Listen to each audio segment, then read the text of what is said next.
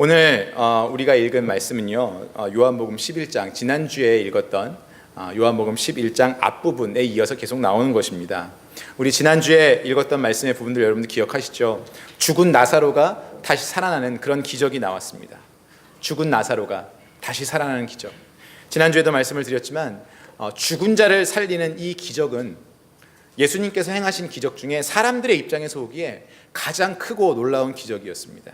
단순히 몸이 아픈 사람을 고치시는 그런 기적이 아니고, 배가 고픈 사람들에게 음식을 나누어 주시는 그러한 기적이 아니고, 죽어서 모두가 다 끝이라고 이제는 더 이상 그 이후에 삶이 없다고 생각한 사람을 다시 살려내셨기 때문에 이것은 가장 특별한 그러한 기적이었습니다. 자, 이제 그 기적을 보고, 나사로가 무덤에서 살아서 걸어 나오는 그 기적을 보고 그 주위에서 있던 사람들이 두 가지 반응을 보이기 시작했습니다. 우선 45절에 우리가 읽은 말씀의 45절을 보니까 이렇게 나와 있습니다. 예수께서 하신 일을 본 많은 유대인이 그를 믿었으나, 그 기적을 보고 예수님을 믿은 사람들이 많았습니다. 유대인들 중에 이분은 정말 능력이 있구나, 정말 메시아구나 해서 예수님을 믿은 사람들이 있었습니다. 그러나 46절에 보니까요, 그 중에 어떤 자는 바리새인들에게 가서 예수께서 하신 일을 알리니라, 이렇게 나왔습니다. 바리새인들은 그 당시에 유대교 종교의 지도자였습니다. 그리고 그들은 예수님을 싫어했습니다. 왜냐? 자신들이 이제까지 전통적으로 가르치고 있던 그 종교의 가르침들, 그것에 반하는 가르침을 이 예수라는 사람이 너무 많이 전파하고 있었기 때문에 그렇습니다. 물론 자신들이 잘못하고 있었던 것을 모르는 것이죠. 그래서 이 바리새인들과 같은 종교 지도자들의 눈에는 이 예수는 정말 눈에 가시 같은 사람이었습니다. 그런데 예수님이 행하시는 이 기적을 보고 바리새인들에게 가서, 종교 지도자들에게 가서 일러 바치는 고자질하는 사람도 있었다는 겁니다. 즉 다시 말하면 나사로가 다시 살아나는 그 기적을 본 후에 두 가지의 반응을 사람들이 보이는데, 첫 번째 반응을 보인 사람은 예수님을 믿었다는 것이고요, 또 다른 반응을 보인 사람은 예수님을 싫어하는 종교 지도자에게 가서 예수님을 일러 바쳤다는 것입니다. 자, 이제 그 말을 들은 바리새인들, 종교 지도자들이 산헤드린 공회로 함께 모여서 이제 회의를 하기 시작합니다. 이 일을 어떻게 할 것이냐, 이 예수라는 사람이 계속해서 이러한 일들을 행하고 그것 때문에 많은 사람들, 우리 수하에 있어야 할, 우리 말을 듣고 우리의 가르침을 받아야 할 많은 사람들이 그 예수라는 사람을 더 따르고 더 믿고 있는데 우리 이 일을 어떻게 할 것이냐 이야기를 합니다. 48절에 보시면 이렇게 나옵니다. 만일 예수를 이대로 두면 모든 사람이 그를 믿을 것이요, 그리고 로마인들이 와서 우리 땅과 민족을 빼앗아가리라 하니. 이게 무슨 뜻이냐면요, 그 당시 유대인들은 로마의 지배를 받고 있었습니다. 식민 지배를 받았던 것이죠.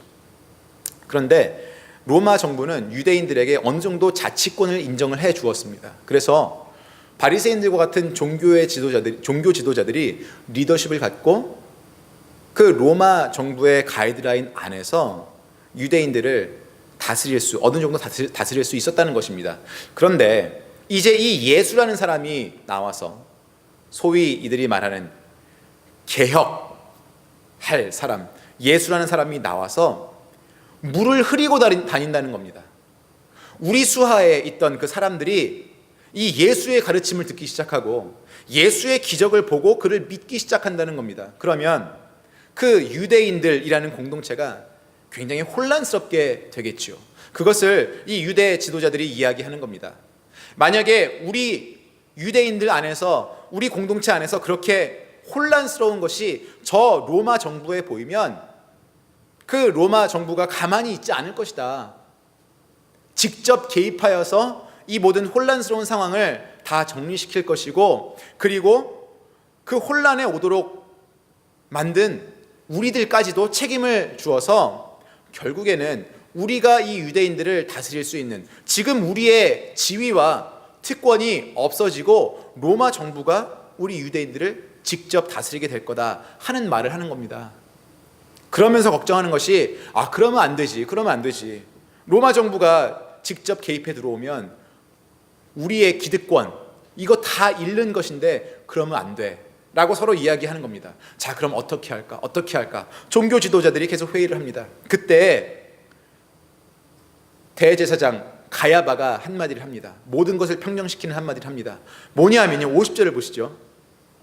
한 사람이 백성을 위하여 죽어서 온 민족이 망하지 않게 되는 것이 너희에게 유익한 줄을 생각하지 아니하는도다.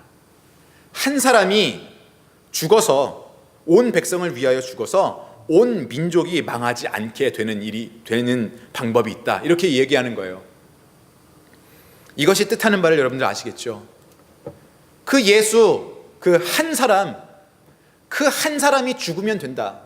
그 한 사람만 죽으면 우리 유대인들 모든 민족이 다 평안하게 살 수 있다, 그겁니다. 대제사장 이 가야바의 한마디는요, 정치적으로 굉장히 이기적인 그러한 말입니다. 자신들의 기득권을 놓치지 않기 위해서, 지금까지 자신들이 종교에서 또 정치적으로 이 유대인들 사이에 가져온 그 위치와 특권을 내려놓지 않기 위하여서 우리 무슨 수를 써서라도 해야 되는데, 바로 그것은 이 사람 죽이는 거다, 이거예요. 예수를 죽이자. 그리고 53절에 보니까 이날부터 그들이 예수를 죽이려고 모의했다라고 나옵니다. 그 한 사람 없어지면 모두가 다 평안할 거다라는 것. 그런데요, 이 대제사장 가야바가 한 이야기는 정치적으로 굉장히 이기주의적인 가운데 한 이야기지만, 사실은 예수님께서 이 땅에 오신 그 목적을 아주 잘 이야기하는 것입니다. 예수님 한 사람, 그 한 분이 죽음으로 인하여서 이 세상의 모든 사람에게 평안과 구원이 이르도록 하시는 그러한 목적이 있었던 것입니다. 물론 가야바가 이야기한 한 사람의 죽음, 그리고 하나님께서 계획하신 그 한 사람의 죽음, 한 사람의 죽음까지는 같지만 그 죽음 이후에 모든 사람이 누리게 될 그 평안과 구원이라는 것, 그것은 완전히 다른 의미를 갖고 있었던 것입니다. 가야바가 이야기하는 그 한 사람의 죽음 다음에 올 것은 우리, 즉 종교 지도자들인 우리가 놓지 않아도 될 그 특권을 이야기하는 것이었습니다. 그러나 하나님께서 예수님을 통하여서 그 한 사람이 죽음으로써 모든 사람에게 올 그 평안, 그 구원은요, 하나님과 관계를 놓치고 살았던 모든 사람들이 다시 하나님을 아버지라고 부르고 하나님의 아들이 되고 딸이 될 수 있는, 영원히 살 수 있는 영생을 얻는 그러한 평안을 말씀하신 것이었습니다. 여러분, 이 구절을 읽다가요, 두 단어에 제 눈길이 갔습니다. 두 가지 단어. 첫 번째, 50절에 가야바가 이야기하는 한 사람이라는 겁니다. 한 사람. 한 사람이 백성을 위하여 죽어서. 그게 첫 번째 제 눈길이 간 단어입니다. 두 번째, 위하여라는 겁니다. 위하여. 건배하실 때 위하여 많이 하시죠? 위하여. 한 사람의 백성을 위하여 온 민족이 망하지 않게 되는 것이 너희에게 유익한 줄을 생각하지 아니하는도다. 51절에 계속 보니까요, 이 말은 스스로 함이 아니요 그의 대제사장이므로 예수께서 그 민족을 위하시고 또 그 민족만 위할 뿐 아니라, 위하여, 한 사람 위하여. 이 사회에서는요, 지금 바리새인들이 이야기하고 있는 이 사회에서는 특권 계층인 이 종교 지도자들의 편에 붙어서 사는 것이 정상적인 사람이 원할 수 있는 그런 삶의 방법이었을 것입니다. 사실 뭐 이때만 그랬겠습니까, 여러분? 지금도 특권과 높은 지위를 꿈꾸면서 살아가는 사람들이 너무나 많이 있죠.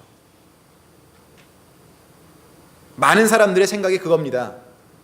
더 특별해지고 더 영향력이 많아지는 그 위치에서 내가 살고 싶고 그 위치로 올라가고 싶은 것, 그것이 다수의 사람들의 목표입니다. 그리고 그 사람들과 같은 방향으로 움직여야, 다시 말하면 다수가 움직이는 방향으로 같이 움직여야 내가 삶을 사는 게 편하고 이 세상에서 내가 원하고 싶은 것을 얻는 데 훨씬 유리하다고 생각을 합니다. 그때도 그렇고 지금도 그랬습니다. 다수의 생각, 여론, 이런 것들이 중요하죠. 그러한 다수에 속해 있는 가야바가 예수님을 지칭하면서 쓴 단어가 바로 한 사람이라는 겁니다. 소수 한 사람. 그 한 사람을 죽이는 것, 그것이 모두를 평안하게 하니까 그것만큼 간단하고 좋은 일이 어디 있겠느냐. 한 사람일 뿐인데, 소수일 뿐인데. 생각해보면 예수님은 늘 소수였습니다. 예수님을 늘 소수로 사셨어요. 예수님이 소수였기 때문에 그분을 따르는 우리들도 지금 이 사회에서 사실은 소수입니다, 여러분. 주일 아침에 일어나서 자녀들 준비시키고 같이 성경책을 가지고 교회로 가는 그 사람들, 이제는 별로 찾아볼 수 없습니다. 소수가 되었어요. 예수 믿고 신앙을 갖는 일, 소수의 일이 되어버렸습니다. 그래서 우리의 믿는 그 신앙에 따른 가르침들, 그 삶의 방법들을 세상에서 이야기하는 것 있죠. 그것이 굉장히 소수 의견이 되었습니다.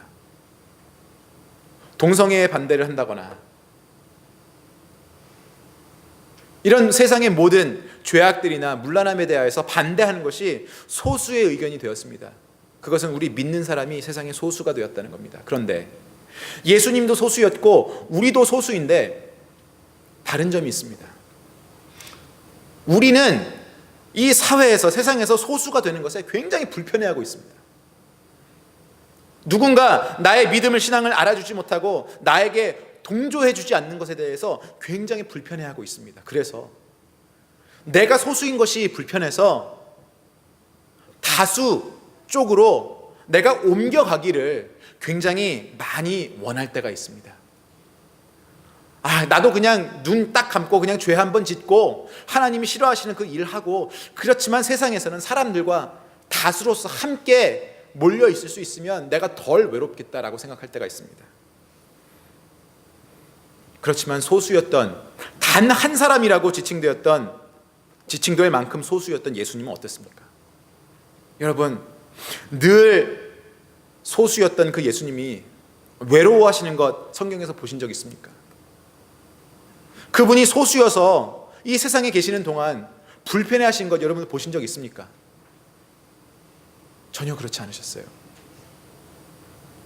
우리는요, 소수라서 소수로서 하는 고민들이 늘 있습니다. 교회가 소수여서, 믿는 자들이 소수여서 우리가 하는 고민들이 있는데, 그 고민을 우리는 이렇게 표현하죠. 어떻게 하면 우리가 수적으로는 적지만 우리의 영향력을 더 크게 할까? 그래서 우리의 목소리가 세상에 더 잘 들릴 수 있도록 우리가 어떻게 할 수 있을까를 우리는 고민합니다. 우리의 영향력을 소수이지만 더 크게 해야겠다는 것을 고민합니다. 그래서 많은 때 결론이 이렇게 나죠. 우리의 덩치를 불려야 한다. 우리의 사이즈가 더 커져야 한다. 우리가 소수인 것에 머무르면 안 되고 우리가 다수가 되어야 한다. 그래서 교회들이 무리해서 커지려고 하고 대형화되려고 하는 겁니다. 교회에서 가르치는 가르침들 중에 좋은 학교 가야 한다, 부자가 되어야 한다, 좋은 직장 잡아야 한다, 그래야 사람들이 너희들 말 듣는다, 그렇게 영향력을 키워가야 한다라고 말합니다. 여러분, 세상에 1000명이 살면 1000명이 모두 다 돈 많이 벌고 모두 다 좋은 학교 가고 모두 다 좋은 직장 다닐 수 있습니까? 분명히 이 세상에는요, 우리 인간들이 만들어 놓은 그 기준 안에서 누구는 좀 앞서간다면 누구는 좀 처지고 하는 그런 일들이 분명히 있습니다. 교회가 잘못 가르쳐 온 거예요. 영향력, 그것을 위한 우리의 새 확장, 덩치가 커지는 것, 수가 많아지는 것, 그것을 하다 보니까 우리가 본질을 놓치고 자꾸만 무리수를 두게 됩니다. 본질을 놓칩니다. 신앙의 본질, 복음의 본질, 이런 것들을 놓치고요, 우리가 목표로 세워놓은 교회가 커지는 것, 우리가 더 세상에서 잘 살아서, 세상에서 우리가 더 빛나게 되어서 우리의 목소리를 냈을 때 세상에 우리를 듣는 것, 그것을 목표로 하다 보니까 방법과 과정은 우리가 생략을 많이 하게 되고, 하나님께서 원하실 만한 그러한 본질의 방법도 아닌 것을 우리가 교회 안에서 사용할 때가 너무나 많습니다. 여러분, 소수였던 단 한 사람이라고 지칭이 될 정도의 소수였던 예수님, 그분이 새를 불리고 주위에 더 많은 사람들을 끌어모아서 영향력을 더 많이 나타내려고 하고 그렇게 사신 모습이 어디 있습니까? 예수님은 그렇게 하지 않으셨습니다. 예수님은 당신의 본분과 책임만, 그것만 따라가셨습니다. 그것만 바로 하셨습니다. 예수님 당신이 생각하시는 그 본분과 책임을 하시다 보니까 주위에 제자들이, 더 많은 사람들이 몰렸던 것이고 그분 주위에 군중들이 있었던 것이지, 소수였던 예수님의 목적이 사람들을 그렇게 끌어모으는 것이 아니었다는 겁니다. 우리에게 주시는 메시지가 바로 그것입니다. 소수인 우리들이 해야 할 고민은요, 어떻게 하면 우리의 세가 확장되어서 우리 덩치가 커져서 이 세상에서 영향력을 더 많이 끼치느냐, 그런 고민이 아니고요, 우리가 우리의 본분과 책임을 어떻게 감당하느냐, 그것이 우리의 고민이 되어야 합니다. 결국에 가서 우리가 이 세상에서 크리스찬으로서 영향력을 끼쳐야 하는 건 사실입니다. 그러나 그 영향력을 끼칠 수 있는 방법이, 여러분, 우리의 덩치가 커져서가 아닙니다. 사람이 많아져서가 아니에요. 우리가 잘 살게 되어서가 아니고 모두가 다 세상에서 우리를 우러러 볼 만큼의 그 위치에 우리가 올라가서가 아닙니다. 우리가 영향력을 끼칠 수 있는 그 방법은 오로지 하나, 우리의 본분과 책임을 잘 감당하는 것입니다. 예수님처럼 단 한 사람이었던 그 소수였던 예수님처럼 그 본분을, 책임을 잘 감당하는 겁니다. 예수님의 본분과 책임 무엇이었습니까? 하나님의 말씀을 사람들에게 가르치고 천국의 복음을 전파하고 아픈 사람들, 마음이건 몸이건 아픈 사람들을 낫게 하는 그 일을 하시는 것이 예수님의 본분이요 책임이었습니다. 예수님은 그 일들에 대하여서 항상 너무나 신실하게 행하셨죠. 교회된 우리 성도들의 본분, 여러분, 무엇입니까?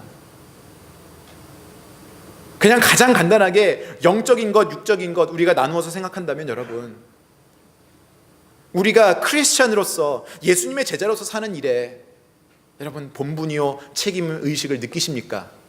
아니면 하루하루 먹고 사는 일에, 그리고 오늘보다는 내일 더 잘 살아야 하고 올해보다는 내년에 더 잘 살아야 하고 이러한 일에 여러분들 더 큰 책임의식을 느끼고 계십니까? 소수였던 예수님이 가지고 계셨던 그 본분과 책임의식과 비교해서 지금 여러분이 가지고 계시는 그 본분과 책임의식, 같은 방향으로 가고 있다고 자신 있게 말씀하실 수 있겠습니까? 자, 그러면 우리가 소수로서, 이 세상의 소수로서 예수님이 가지고 계셨던 것과 같이 우리도 가지고 있어야 할 그 본분과 책임의식은 어떤 것입니까? 소수의 크리스찬으로서 한 사람의 예수님이 가지셨던 그 본분과 책임, 우리가 가지고 있어야 할 것 무엇입니까? 그것은 제가 아까 우리 학생들에게 이야기했던 바로 그 면입니다. 저의 눈길이 갔던 그 두 번째 단어입니다. 위하여, 위하여, 위하여. 우리는 소수이지만 우리가 가지고 있어야 할 그 본분과 책임의식은요, 위하여라는 것입니다. 위하여.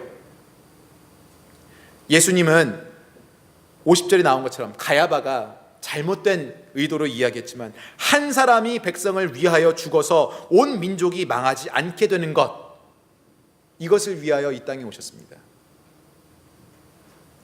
예수님은 사람들을 만나실 때 가장 먼저 바라보셨던 것이 무엇이냐 하면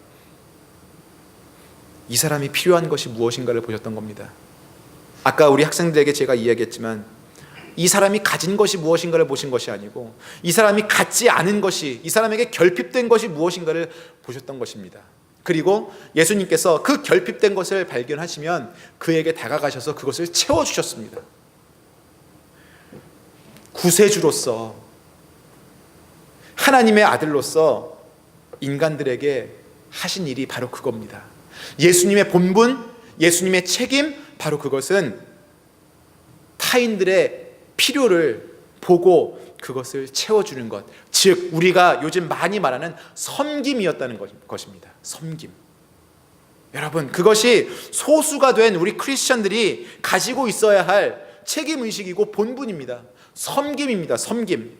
섬김의 정의는 제가 전에도 내려드린 적이 있지만, 다른 사람을 위하여서, 나를 위한 것이 아니라 다른 사람의 이익을 위하여서 하는 일, 그것을 우리가 섬김이라고 이야기합니다. 예수님께서 하신 일이 바로 그것 아니겠습니까, 여러분? 가야바를 보십시오. 이 사내들인 공회에 모인 종교 지도자들을 보십시오. 그들의 관심사는 오로지 우리가 지금 가지고 있는 것을 어떻게 지킬까였습니다. 우리가 지금 종교 지도자들로서 가지고 있는 이 위치에, 이 지위에서의 그 특권들, 이걸 어떻게 잃지 않고, 로마 정부에 잃지 않고 우리가 가지고 있을까, 꽉 붙잡고 있을까?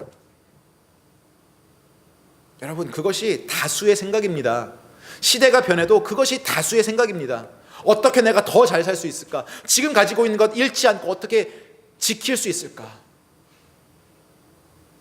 그런 다수가 생각해낸 결론이 너무나도 어처구니 없지 않습니까? 한 사람 죽이자입니다. 한 사람 죽이자. 소수를 죽이자예요. 그게 이 세상의 다수들이 말하는 방법입니다. 그런데 더 재미있는 사실은 우리가 그런 말도 안 되는 다수의 울타리 안에 들어가기 위해서 얼마나 많이 원하고 있고 얼마나 많이 노력하는지 모릅니다. 소수를 무시하는 다수가 되기 위해서.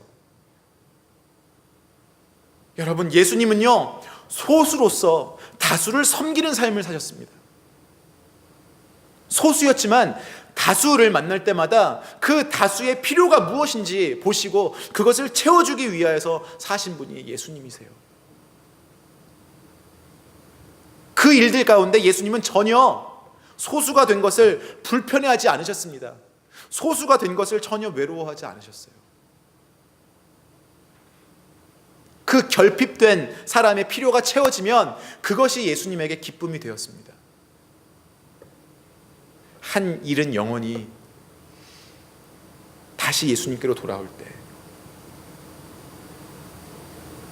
마음에 공허함이 있는 사람이 예수님의 가르침과 기적을 보고 예수님을 믿기 시작했을 때 그것만큼 예수님께서 기뻐하신 것이 없습니다.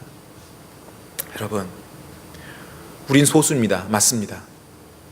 이 세상에 21세기에 예수 그리스도를 구세주로 믿는 사람들은 소수입니다. 그리고요, 앞으로 더 소수가 될 겁니다. 그렇지만 여러분, 단 한 사람의 소수였던 예수님의 삶을 볼 때 우리가 아무리 소수라도 더 외로워하고 불편해할 이유가 없는 것을 우리가 봅니다. 여러분, 다수에 속한 사람들을 보실 때마다 그들이 뭐가 필요한지를 한번 보십시오. 그들에게 결핍되어 있는 것이 무엇인지 보십시오. 그리고 내가 그것을 채워줘야지 한번 해보십시오. 거기서부터 오는, 내가 소수이지만 다수의 필요를 채워줌으로써, 그들을 섬김으로써 오는 그 기쁨은요, 세상의 어떤 것에도 비교할 수가 없습니다. 나 자신이 다수가 되려고 사는 것, 다수가 되어서 누릴 수 있는 것을 위해 사는 것, 그것보다 훨씬 더 기쁜 것이 소수이지만 다수의 필요를 채워주는 것이라는 겁니다. 그래서 우리가 섬기면서 살아야 하는 겁니다, 여러분. 컴패션이라는 단체가 있습니다. 한국에도 이 단체가 있고요. 한국의 안에서는 많은 연예인들이 활동을 해서 더 유명해졌습니다. 전 세계에 있는 극빈층의 아동들을 후원하는 그러한 단체입니다. 후원하고자 하는 개인이 세계에 흩어져 있는 한 명 혹은 복수의 극빈층의 아이들과 자매 결연을 맺어서 한 달에 한 번씩 일정액을 보내고 후원해 주는 일입니다. 그 일을 굉장히 열심히 하는 분들 중에 우리가 잘 아는 탤런트 차인표 씨가 있습니다.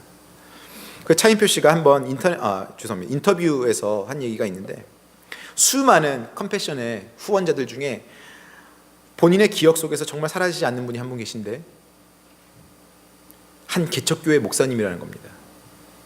그 목사님께서 개척교회 목사님이시니까 얼마나 힘드시겠어요. 그런데 컴패션에서 하는 이 귀한 일을 알게 되시고 나서는 나도 후원해야겠다, 이렇게 마음을 먹었다고 합니다.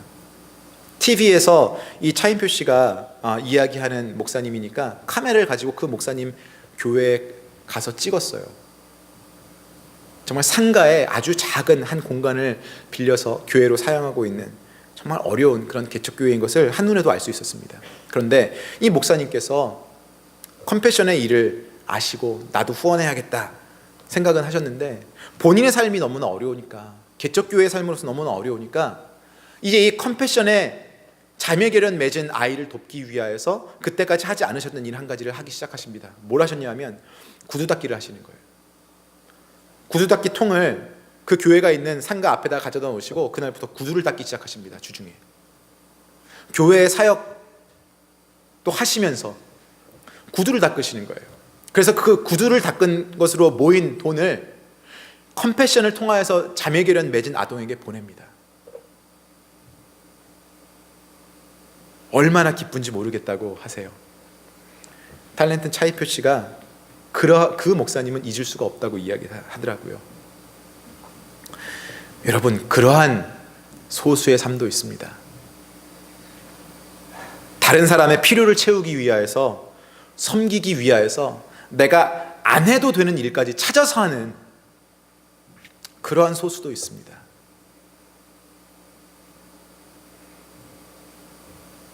아까 제가 학생들에게 이야기했지만 세상에는요, 모든 사람들이 완벽한 사람이 없습니다. 어느 누구도 완벽하지 못해서 갖지 못한 것, 결핍된 것을 한 가지 이상씩은 다 가지고 있습니다, 여러분.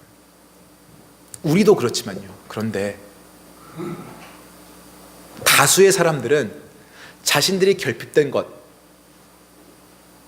그것을 스스로 채우고자 살아갑니다. 그것이 다수의 생각입니다. 그러나 여러분, 우린 예수님을 알지 않습니까? 단 한 사람, 내 소수로 남으셨던 예수님을 우리는 알지 않습니까? 우리는 나의 결핍함을 위해 사는 사람이 아니고 예수님처럼 남의 결핍함을 바라보고 그것을 채워주기 위하여서 섬겨야 하는 사람들입니다. 어떻게 하냐고요? 나 자신도 건사하기 힘든데 내 가족만의 삶을 이루어 나가는 것도 숨이 턱턱 막히는데 어떻게 남을 도와주냐고요? 할 수 있습니다, 여러분. 구두 닦기를 해서 저 멀리 가보지도 않았던 나라에 보지도 못한 아이를 돕는 목사님도 있습니다. 우리가 결핍한 것, 나 자신도 없고 결핍한 것이 많다고 생각하지만, 그러나 그것이 어떻게 채워지냐 하면요, 다른 사람의 결핍을 도와주고 채워주고 섬겨줌으로써 나의 결핍함이 채워지는 것을 분명히 여러분들 느끼실 겁니다. 왜냐하면 우리는 예수님의 가르침을 따르는 사람이기 때문에 그렇습니다. 바로 그 원리가 하나님께서 우리를 만드신 원리이기 때문에 그렇습니다. 우리의 영혼이 채워지고 우리의 영혼의 결핍함이 메꾸어졌을 때 그것만이 우리에게 완벽한 온전한 만족과 기쁨이 될 수가 있는 겁니다, 여러분. 우린 소수입니다. 그런 소수가 된 우리의 문제가 뭔지 아시겠죠? 우리의 문제는 우리 자신을 너무나 많이 바라본다는 겁니다. 소수인 우리 자신을 바라보았더니 불편하고, 소수인 나 자신을 바라보았더니 다른 사람들 다수와 같지 않아서 외롭고. 아닙니다, 여러분. 우리가 해야 할 일은 나 자신을 바라보는 것이 아니고 타인들을 바라보는 겁니다. 그들을 바라봐야 합니다. 그래야 내가 움직일 수 있습니다. 그래야 내가 만족할 수 있고 기뻐할 수 있습니다. 여러분, 소수로서 사는 것, 이 세상에 이 사회의 소수로서 사는 것 너무 힘들어하지 마십시오. 우리의 주인 되신 예수 그리스도께서 이미 그 일을 너무나 완벽하게 행하셨기 때문에 우리가 두려워하거나 불편해할 이유가 없습니다. 우리가 교회로서 함께 나아가는 그 일에, 그 길에 하나님께서 더욱 많이 축복하실 것을 우리 함께 믿으면서 소수로서 여러분 당당하게 가십시오. 여러분의 나 자신의 본분과 책임을 오늘도 생각하시고, 그것은 거대한 것이 아니라, 위대한 것이 아니라 아주 작고 내가 작은 한 걸음을 띄어서 할 수 있는 것이라는 것을 아시고, 여러분 본분과 책임, 섬기는 본분과 책임을 다하시기를 주님의 이름으로 축원합니다. 같이 기도하겠습니다. 여러분, 이 시간에 우리 좀 한 목소리로 한 마음으로 같이 기도했으면 좋겠습니다. 하나님께 기도하실 때 내 주위에 얼마나 섬겨야 할 사람들이 많습니까? 결핍하여서 지금도 힘들어하고 있는 가족, 내가 사랑하는 나의 배우자, 나의 자녀들부터 시작해서 내 이웃일 수도 있고, 내 교회의 지체일 수도 있고, 직장의 동료일 수도 있습니다. 얼마나 많습니까, 여러분? 그러한 결핍한 사람들이 내 주위에 한가득인데도 나 자신만을 바라보고 살아왔던 그 이기적인 인생, 여러분 주님 앞에 다시 한번 그 죄악을, 실수를 고하시면서 하나님, 내가 좀 더 넓게 볼 수 있게 하여 주시옵소서. 나 자신에게로 향하였던 내 시선을 타인에게 향할 수 있는 그러한 여유를 나에게 허락하여 주시옵소서. 우리 같이 한번 기도하겠습니다. 같이 기도합니다. 하나님, 아버지 하나님, 주님 앞에 우리가 기도합니다. 아버지, 이 세상에서 주님께서 우리를 부르신 그 목적이 있고 그 이유가 있습니다. 내가 나 자신을 바라보는 것, 아버지, 그것이 우리가 주님의 자녀가 된 목적이 아니고 이유가 아닌데, 아버지, 아직도 주님께서 사랑하시는 많은 사람들, 아버지, 이미 내가 구원을 받았사오니 그 영생을, 아버지, 특권을 누리고 있사오니 세상에 나아가서 나와 같지 않은 사람들, 나와 다르게 아버지 결핍되어 있는 그 사람들, 아버지, 그들에게 내 손을 내어주고 내 마음을 내어주는 것이 내가 할 일인데, 주님,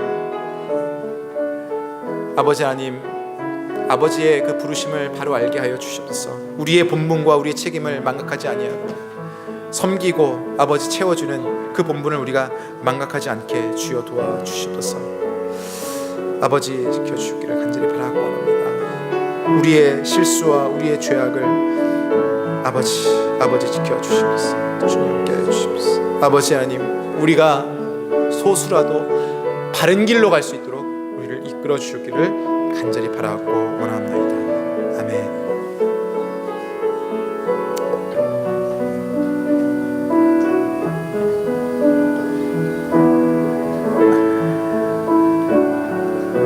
아버지 하나님, 감사합니다. 주님의 말씀을 주시고 또 가르침을 주시니 감사합니다.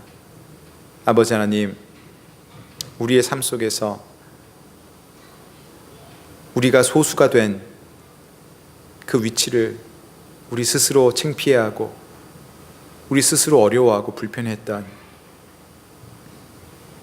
그 시간들을 우리가 돌아보며 아버지 용서를 구하고 회개합니다. 주님께서는 어차피 우리의 삶이 좁은 문, 좁은 길이 될 것이라 말씀하셨는데, 세상이 예수님을 믿음으로 우리를 미워할 것이라 말씀하셨는데, 우리가 그 말씀을 잊어버리고 세상과 같이 되기 위하여서, 또 세상의 다수가 되기 위하여서 노력했던 그 삶들을 주님 용서하여 주시옵소서. 아버지 하나님, 우리 사랑하는 성도님들,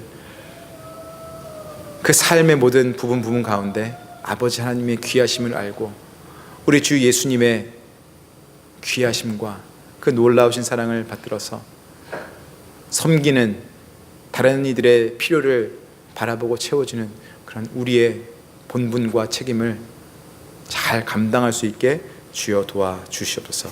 감사합니다. 예수님의 이름으로 기도드리옵나이다.